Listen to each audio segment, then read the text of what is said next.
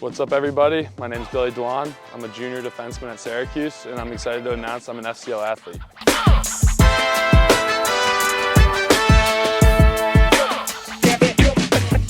I'm excited to announce I'll be an FCL athlete because I've been working with them since my sophomore year of high school, and I honestly think it's made me a better player and a better person. One of the core things I think about playing at a place like Syracuse is, besides the tradition and besides playing in the Carrier Dome or JMA Wireless Dome, I think it's just how cool the coaches push you to be creative with the game and have fun with it. And like, if you're not gonna have fun with it, then why play it? So for me, I think it's led to a lot of creative goals, how there's really there's boundaries, like you can do whatever you want as long as you practice it.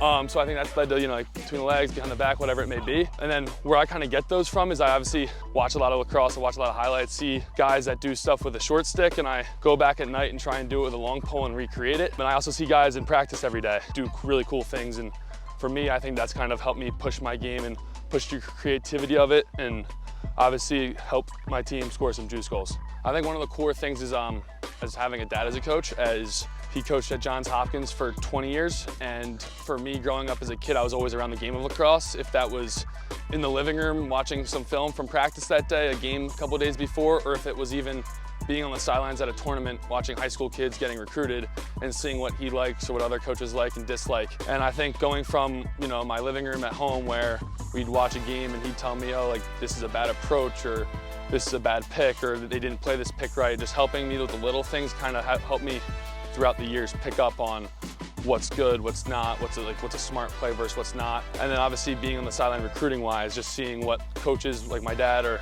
any other coaches around the country, like what they like to see or what they don't like to see. I think I picked up on some of that, and it's helped me with my game through the years. So for me, when going into a game and what do I do throughout the week in helping myself be prepared for Saturday mentally rather than physically, I think it honestly starts Sunday from the week before. So what I'll do is I'll watch the game from the week before, and I'll just watch it through. I won't stop it or anything. I'll just watch it through, evaluate myself, evaluate my teammates, see what some things we did good or some things we did bad. Then as a team, we'll watch it as a team on Monday. We'll have clips broken up and everything like that. And that kind of helps, and then once that helps us see what we did right, wrong, improve it in practice. And then from there, we'll flush it, move on to whoever we play next. And then for me, what that will look like is I'll just watch a game completely on a Monday. Just watch it completely. Then Tuesday, Wednesday, I'll just watch the guy I'm guarding and the other attackman maybe, or a midi if I'm playing LSM. I'll watch those guys and watch what dodges they do and see what they like to do and kind of where they like to dodge on from the field. And I'll maybe after practice some days get one-on-ones from that spot.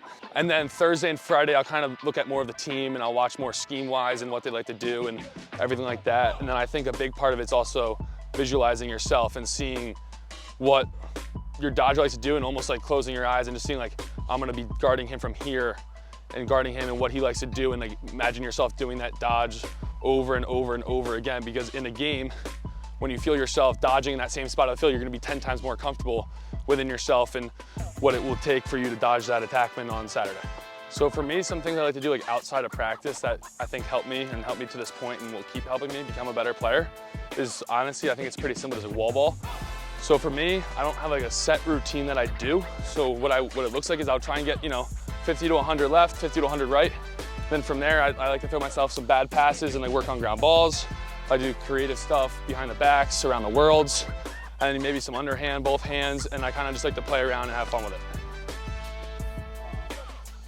So when approaching the ball, at X right now, but honestly anywhere on the field, I think the biggest thing is just being comfortable. So obviously the biggest thing, this isn't a non-negotiable, is having your stick out. I think every coach would say the same. And then for me, depending on what hand he is, for right now Coach Dunn's a righty, I like to shade a little bit, shade right here and have almost my stick in his hip pocket.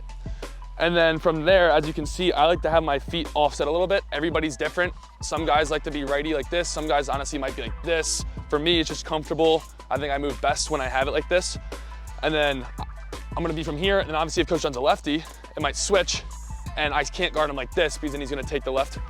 I'm gonna be right here, and obviously still, my feet are still like this, but if he comes to his right, I can just plant and come. And then if he goes to his left right here, I'm in a good place I can make contact.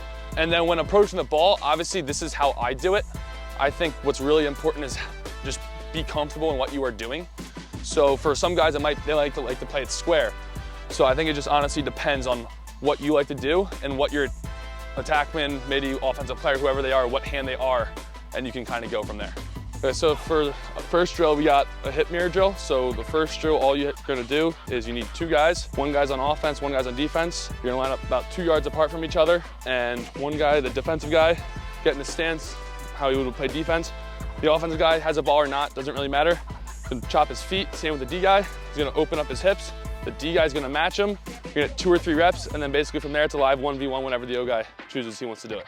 Okay, so now we have me and Coach Dunn here, and he's gonna be on offense, I'm gonna be on defense. So to start, you're gonna be in a good stance. So for me, stick out. I like to have my left foot above my right.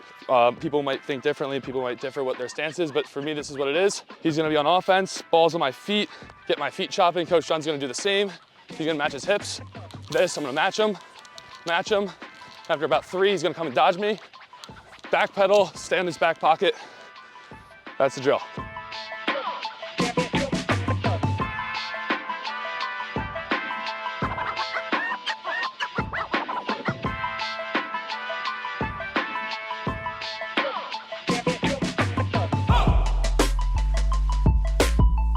So for some keys of the drill, as you guys saw, obviously watching his hips and watching when they move, but also realizing that it's not gonna be perfect every single time. As you can see, Coach Dunn went one way one time, I went the other way. It happens. Like the cool thing about defense is it's not gonna be perfect every time. It's about how you recover, and if they didn't score or anything like that at the end of the dodge, you're doing a pretty good job. So I'd say that's a pretty key part of the drill. And also too, once he makes his dodge on you, trying to maintain that space, because if he gets into you, you're gonna have a hard time guarding someone because you might as well play a short stick then. So I just say keeping your space, and also too, just matching his hips and realizing it's not gonna be perfect, just getting your feet warmed up before practice, before a game or whatever it is. So in the hip mirror drill, some keys are just obviously knowing it's not gonna be perfect. The goal of the drill is to get your feet warmed up before practice, before a game. So obviously if you go wrong way one time with your hips, that's not, you know, it happens. And the part of playing defense is also too, it's not gonna be perfect every time. You gotta find a way to recover.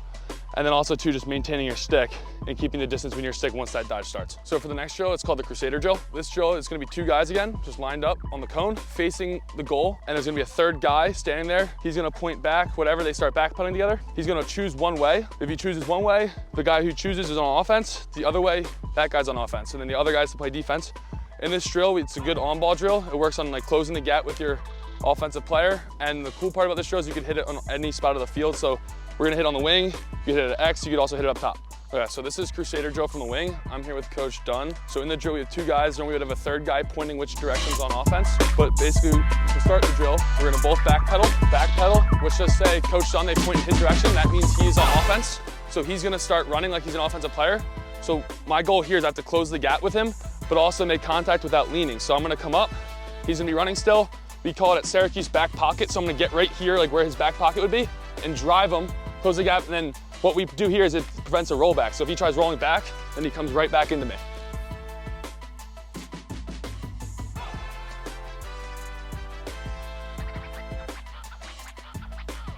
So this is the other side of the Crusader drill. So now we're gonna point the other way. So if me and Coach Dunn back pedal, they point this way, Coach Dunn's on offense.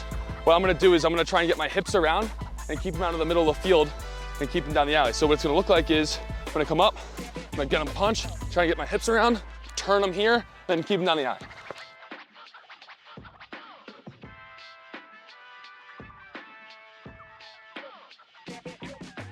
Okay, so now we're behind the goal. So from behind the goal, we're gonna try and close the gate from both sides. Obviously, it might change depending on a matchup or depending on, you know, you're watching your attackman on film and you might see his weak hand, you might try and stay back pocket, but for the sake of the drill, we're gonna go all close the gate, both sides, and then up top is gonna be opposite where we're gonna stay back pocket both sides, obviously depending on the matchup being different or whatever that is.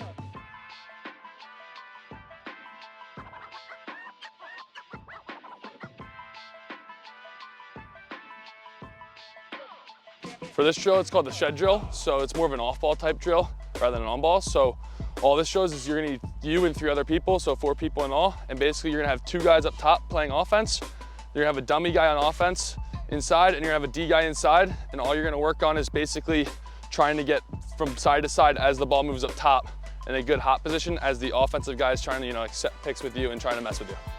I think this drill is really important because let's just say Coach Dunn's on offense, I'm on defense, and let's just say they're dodging, and if you're behind your guy as the slider and he's here, you're never gonna get to that slide, and it's giving the offensive guy a lot more space to dodge rather than We call it ball side leverage, whatever you want to say. If you're here, you can make a play and make a slide versus behind the guy, or if you're here on the other side of them, or exactly like Coach Dunn's doing right now, you can set picks inside too, and you're not going to be in a good position to make a play if you're behind them on the wrong side, whatever it may be.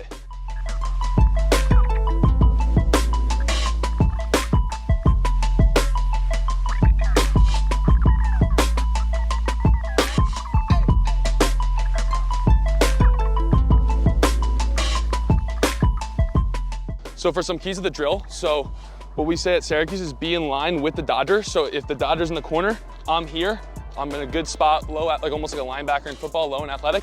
As the dodge progresses, I can almost move my angle depending on what he's doing. And then in terms of where my stick should be, I like to have it inside personally, because if they throw it inside, I can check down. But I also like to have it up, because if you have it here, attackman can hold your stick, whatever they may want to do. And then as the ball moves, I like to take it in front of them and keep my stick inside and be back in a good position. So to cap off the drill, right, you're gonna have 4 guys. So 2 guys offense, dummy offensive player, defensive player. Every guy's gonna get about 15 to 20 seconds of reps, and then you can end it even too with one of the O guys dodging and the D guy can slide to him. And then you can just rotate through, and then it's a good drill to do before practice or before a game. It's not too taxing, and everybody can get 2 or 3 reps.